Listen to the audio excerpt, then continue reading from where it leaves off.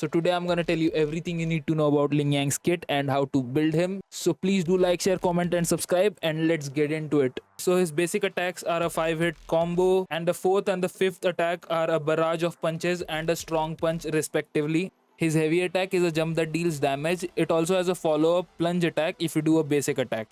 His mid-air attack is also a plunge, but it is a bit different from his heavy attack plunge. Note that this cannot be cancelled, so you cannot perform the triple jump tech with Lingyang, unfortunately. His resonance skill is a single hand push, which is just the stronger version of his 5th basic attack, which is a double hand push, ironically. This ability also does not have a cooldown, and it also does not interrupt your basic attack chain. Your resonance skill will be enhanced after your 3rd, 4th and 5th basic attack. So this is how the enhanced resonance skill looks like. It looks like a forward lunge attack. So if there is no basic attack left in the chain after you do the enhanced resonance skill, it will automatically tie in your 3rd basic attack, which can loop this combo infinitely. So the combo would look something like this. Okay, if you are very new, this may seem complex, but trust me, it is not. I will perform it and I will show you how easy it actually is. So it goes basic attack 1, basic attack 2, basic attack 3, enhanced skill, basic attack 4, enhanced skill, basic attack 5, enhanced skill, and it goes directly into basic attack 3 and then enhanced skill, basic attack 4, enhanced skill, basic attack 5, enhanced skill, and it goes on. It loops into basic attack 3 instead of 1 and 2. It skips 1 and 2, and that's why the infinite combo with enhanced E is possible. This enhanced skill is what fills your forte circuit, and Lingyang's DPS is quite reliant on his forte circuit, so it is quite important to do your enhanced resonance skill. Once the forte circuit is full, Lingyang can enter the striding lion state by doing a heavy attack, or if you have performed the intro skill or the resonance liberation, you can just activate it through your basic attack. So in this state, Lingyang's basic attack and resonance skill change into stronger and bit more gravity defying attacks. In the last moment of the state, your final basic attack will be changed into a barrage of kicks, followed into the backflip kick, and then you can do the plunge attack to end the striding lion state. And yes, you can dodge and you can parry in this state as well. This state lasts about 5 seconds, which is not great, but this is where the resonance liberation comes in. This ability deals a decent amount of damage, but after casting this, your striding lion state will go from 5 seconds to 10 seconds. You will also get a glacio damage bonus of 50% after activating your resonance liberation. It also gives 60% charge to his forte circuit, which weirdly is not mentioned anywhere in his kit.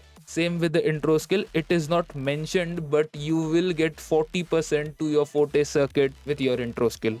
This means even if you have 0 forte circuit charged up, you can swap into Lingyang, perform the intro skill and do the resonance liberation, and you will be ready to deal your DPS instantly. His outro skill is quite good as well because it deals a nuke of glacio damage equal to 587.94% of his attack, which is quite nice. Okay, so that is it for his kit. Let's talk about his teams. His best teams are really easy to build, honestly, because his best teammate is Sanhua, who you can get free by login reward. She's a good sub DPS and she buffs basic attacks, which is most of Lingyang's damage. The buff applies to the next swapped character only, so keep that in mind. And his other teammate is everyone's best in slot, Verena. She's great with her outro buffs and her attack buff on her first passive. She's easy to build, easy to run. She's the best support, truly the best unit in the game. If you want a Verena guide, the link will be in the description. You can go check that out as well. But if you don't have Verena, you can use Baiji. So Baiji actually gives the same buff as Verena does, but it has some limitations.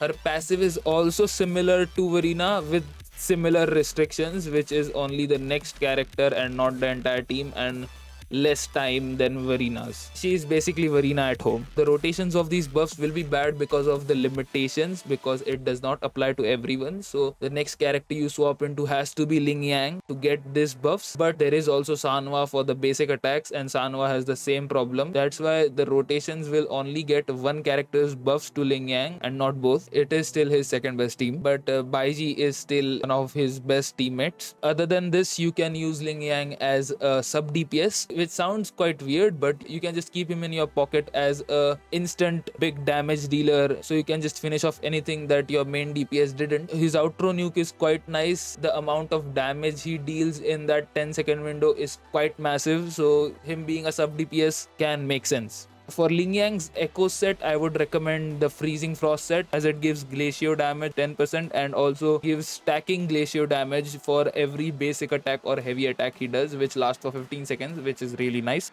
His second best set I would go for is Lingering Tunes, which is not obviously as good as his Freezing Frost set, but this gives him ton of attack, which is nice. It also gives you 60% to your outro skill damage, which for Lingyang's nuke is already very nice. So for your 4 cost echoes, I would recommend you to go for your Lampy Lumine Myriad, which is really the best ability for any Glacio DPS. For the 4 cost echoes main stat, you want a crit rate or crit damage stat, whichever you need more of. For your 3 cost abilities, you can get either a glacio damage or attack, which is nice. I would recommend 1 glacio damage, 1 attack, but you can also get both glacio damage, which is nice. Attack just scales better, but get 1 glacio damage, 1 attack, or if you don't have that, just get all attack, if that's fine as well. But most likely you will need to have 1 glacio damage, 1 attack, or both glacio damage. For your 1 cost echoes, it is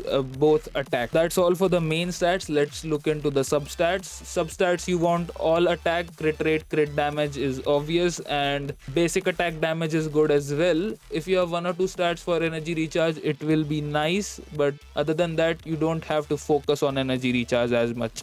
I have stated in my Verena guide that Rejuvenating Glow is her best set, and it will also provide for the party, but I would recommend that you run your Sanhua if you're not running her as a sub DPS. I recommend that you run your Sanhua on the Moonlit Clouds set, which will also give the next resonator 22.5% attack, which will be really nice for Lingyang. So the rotation will be, you do your outro on Verena, then you do your outro on Sanhua, and Lingyang will get all the buffs from Verena and Sanhua. If you are running Baiji, then you can only get one of their buffs. You can either get Sanhua's buff or you can get Baiji's buff, so you can choose. But I would recommend the Moonlit Clouds, not in general, but if you want to go full support with Sanhua, you can go Moonlit Clouds, and it will be really nice for your Lingyang. So for his talent priorities, his Forte Circuit is the most important talent you have to upgrade. After that, you have to upgrade his basic attacks, because Sanhua is a basic attack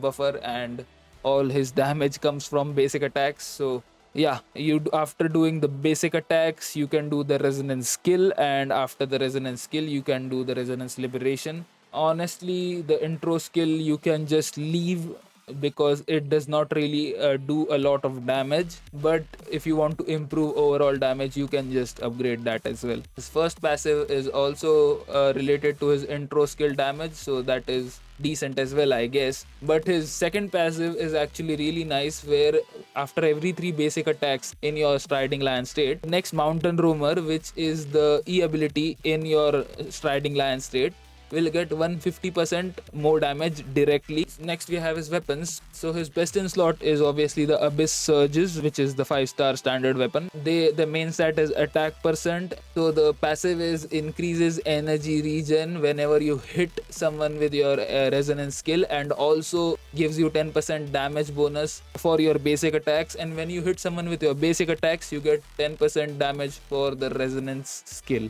The next I would recommend are the Hollow Mirages, which are attack percent gauntlets as well. The passive goes with the Resonance Liberation. When you cast the Resonance Liberation, it gives you 3 stacks of iron armor. Each stack increases attack and defense. But if you get hit, the stacks will reduce and your damage will be lowered. Other than this, you can use the 3-star Gauntlets of Night, which just give you attack percent for your intro skill release for 10 seconds, which is decent. Or you can use the 2-star, which is attack percent main stat, but it also just flat out gives you the 10% attack increase. Or you can use the, I don't know what star this is, guys, but you can use this as well, which has attack main stat and also gives you 8% attack. There is also the Stonard, which is a crit rate main stat weapon, which is quite nice for your crit ratio. And its passive goes, when resonance skill is released, increases the caster's resonance liberation damage bonus by 12 seconds, which is not really good for him, but you can still use it as a stat stick. Let's talk about constellations. So as you can see, I got lucky and I actually pulled 2 Lingyangs in a single 10 pull. So yeah, I have C1. So more interruption resistance for C1. Then for C2 there is intro skill awaken lion additionally recovers 10 resonance energy for Lingyang. So for C3 this one is really nice, guys. During resonance liberation lion's vigor, Lingyang's basic attack damage bonus is increased by 20% and skill damage bonus is increased by 10. So this will be an overall DPS increase. This is actually really nice. Then we have C4. So outro skill Frosty Marks increases the glacio damage bonus of all teammates by 20%. So if you have other glacio DPS or sub DPSs, this is a really nice supporting ability on his C4. This is actually quite good. So then we have the C5, which is the Resonance Liberation Strive Lion's Vigor, which additionally deals glacio damage equal to 200% of Lingyang's attack. For the C6, this is also a DPS increase in the Forte Circuit Striding Lion state during the first 3 seconds after every resonance skill Mountain Roamer. The basic attack damage bonus of Lingyang's basic attack is increased by 100%. I don't know how good this is in practice, but it sounds really nice. So yeah, that is it for the Lingyang guide. If this guide was helpful, please do like, share, comment and subscribe, as it will help me out a lot. And if you have stuck around till the end of the video, thank you. Yeah, and bye.